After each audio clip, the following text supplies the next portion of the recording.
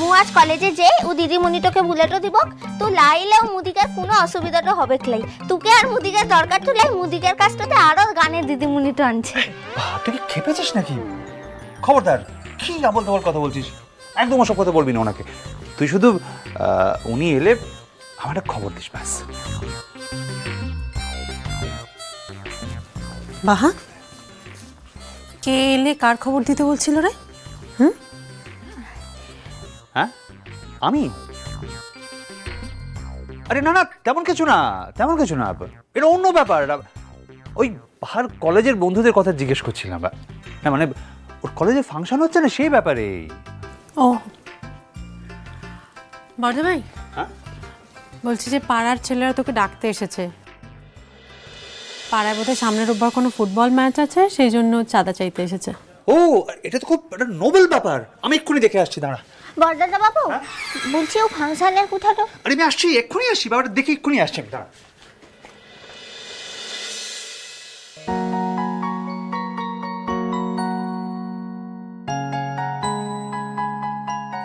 কার আসার কথা বলছিল? আমায় দেখে কিছু একটা তোরা চেপে গেলি, বল কি? কই লাতো? ও, দুদিকের কাউকে এখন মু কিচ্ছু বলবো ক্লাইরের উপস্থিতি ঠিক না কি মনে মিলাই ওদিকে লারে ও রূপতি দি ও বলছিল কি যে মুদিকার ফাংশনটা কবে আনছে ওকে মনেটা করাই দিতে মু যাবক। কি জানি, তাই হবে হয়তো। আমি হয়তো কিছু ভুল শুনলাম। জানিস বা, বর্ধা ভাই তোকে জিজ্ঞেস করারই কথা। ইউনিভার্সিটিতে বর্ধা ভাই আর সাজবা দিদি একসঙ্গে অনেক গান গাইতো, জানিস? তাইলে কি বড় দাদা বাবু গানটাও জানে? হ্যাঁ, বর্ধা ভাই কখনো গান শেখেনি, কিন্তু গানের ব্যাপারে না ওর অসম্ভব সেন্স। খুব ভালো গান গাইতো। বর্ধা ভাইয়ের গলাও খুব সুন্দর ছিল, জানিস? সাজবাতি দিতে ওকে জোর করে গান গাওয়াতো। জানিস মা, একবার না ওরা ইউনিভার্সিটিতে সাপমোচন পারফর্ম করেছিল। আমরা তো বাড়ি শুদ্ধ লোক সবাই দেখতে গিয়েছিলাম। কি ভালো গেয়েছিল জানিস বর্ধা ভাই। মেল ভয়েসটা ছিল বর্ধা ভাই আর ফিমেল ভয়েসটা ছিল সাজবা দিদি। ওরা তো প্রাইজও পেয়েছিল, জানিস? কোত্থেকে যে কি হয়ে গেল, কেন যে হলো, কিভাবে যে হলো, কে জানে। দেখিস রূপু দিদি, বড়দাদা বাবু ফের গানটা গাইবে। অসম্ভব বাহা, পাগলের মতো কথা বলিস না তুই। বর্ধা ভাই এই জীবনে আর কোনোদিনও গান গাইতে পারবে না বাহা। বর্ধা ভাইয়ের গলা থেকে সুর চলে গেছে। যদিও সুর চলে গেছে, নাও নিজে থেকে সেটাকে বিদায় দিয়েছে, কে জানে। রূপু দিদি,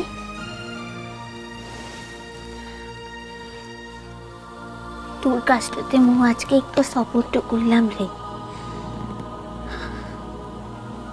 ও বড়দাদা বাবু ফির গানটা গাইবে, ফির ওর গলাতে সুরটা ফিরেটা আসবে, একটু দেখিস।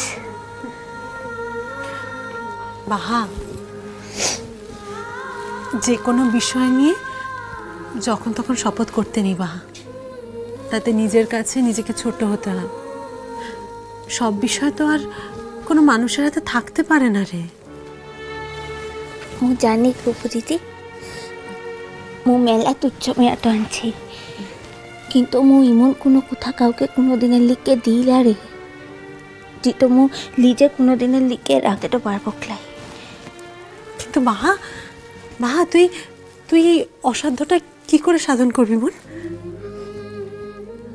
দেখ না কেমন করে পারে, তো শুধু দেখ।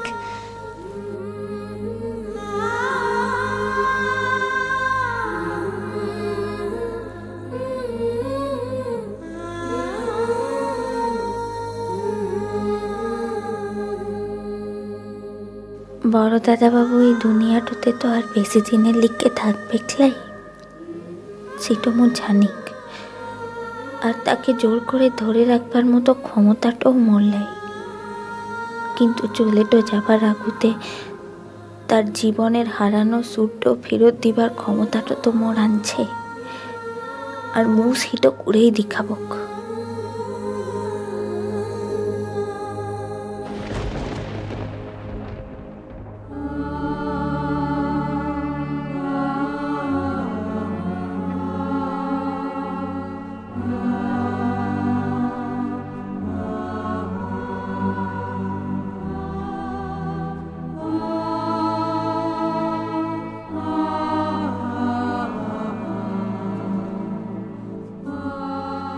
চেহারার এই হাল হলো কি করে?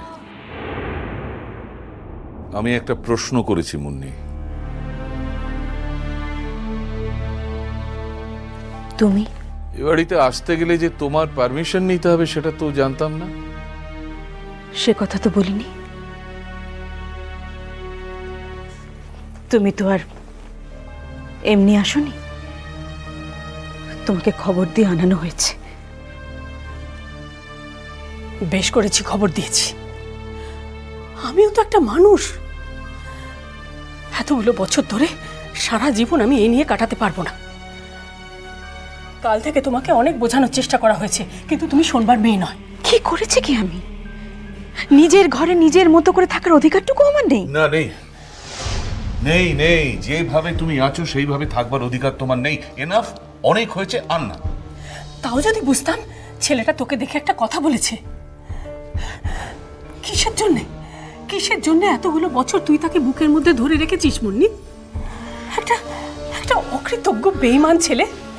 বিদেশ যাবার আগে আমাদের লুকিয়ে তুই গলা সোনার হারটা বিক্রি করেছিলি। কেন না তাকে শীতের পোশাক কিনে দিলি? প্লিজ প্লিজ মাম্মা। কিসের প্লিজ? হ্যাঁ, কিসের প্লিজ? ওই একটা ছেলের জন্য আমার সংসারটা তছনছ হয়ে যাবে। এই বাড়িটাতে হাসি আনন্দ এসব কিচ্ছু থাকবে না। একটা ছেলের সুখের জন্য, তার স্বার্থপরতার জন্য, তার সে সব কিছুর বিনিময়ে আমাদের সবাই মিলে দুঃখে থাকতে হবে। কেন? কিসের জন্য? দাঁড়াও বৌঠান, আমাকে বলতে দাও।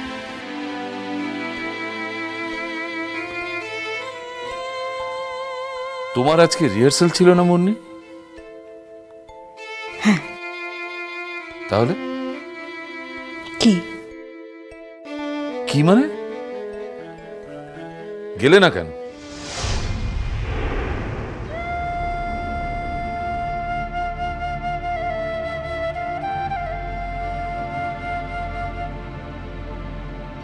কি মনে করো তুমি? হ্যাঁ, অন্যের সেন্টিমেন্ট নিয়ে খেলা করতে পারো তুমি?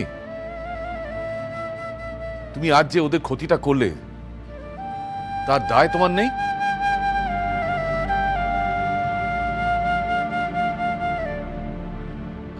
আমার প্রশ্নের উত্তর দাও তুমি। উত্তর দেবার মতো কিছু থাকলে তবে তো দেবে। এবার এই চ্যাপ্টারটা আমি ক্লোজ করতে চাই মুন্নি। চ্যাপ্টার তো অনেক আগেই ক্লোজ হয়ে গেছে বাবা। হয়নি হয়নি হয়নি। যদি হতো তাহলে তোমাকে এই চেহারায় আমাদের দেখতে হতো না। তাহলে তুমি নিজে বিয়ে করে সংসারী হতে, নিজে সুখী হতে, আমাদের সুখী থাকতে দিতে। আচ্ছা ঠিক আছে, আমি কাল রিহার্সালে যাব। এইটা যে আমার প্রশ্নের উত্তর হলো না সেটা তুমি নিশ্চয়ই বুঝতে পারছো। তোর লজ্জা করে না মুন্নি? একটা ছেলে তোকে এত অপমান করে, এত অবহেলা করে, তবু তার জন্য তুই চোখের জল ফেলছিস। মাম্মা ওরকম মানুষ নয়, ও কোনোদিনই ওরকম মানুষ ছিল না বাবিয়া। আমার থেকে বেশি ভালো করে তো ওকে কেউ চেনে না। বলো তোমরা আমার এই কথাটুকু শোনা। না না না, তোমার কথা শুনবো না। অনেক হয়েছে, আর নয়। এবার থেকে অন্তত আমি তোমার কোনো কথা শুনবো না। এই ব্যাপারে শুধু আমার অন্তরের নির্দেশ আমি শুনবো। ইয়েস, যা বললাম সেটা মনে রেখো। এসো বউটা।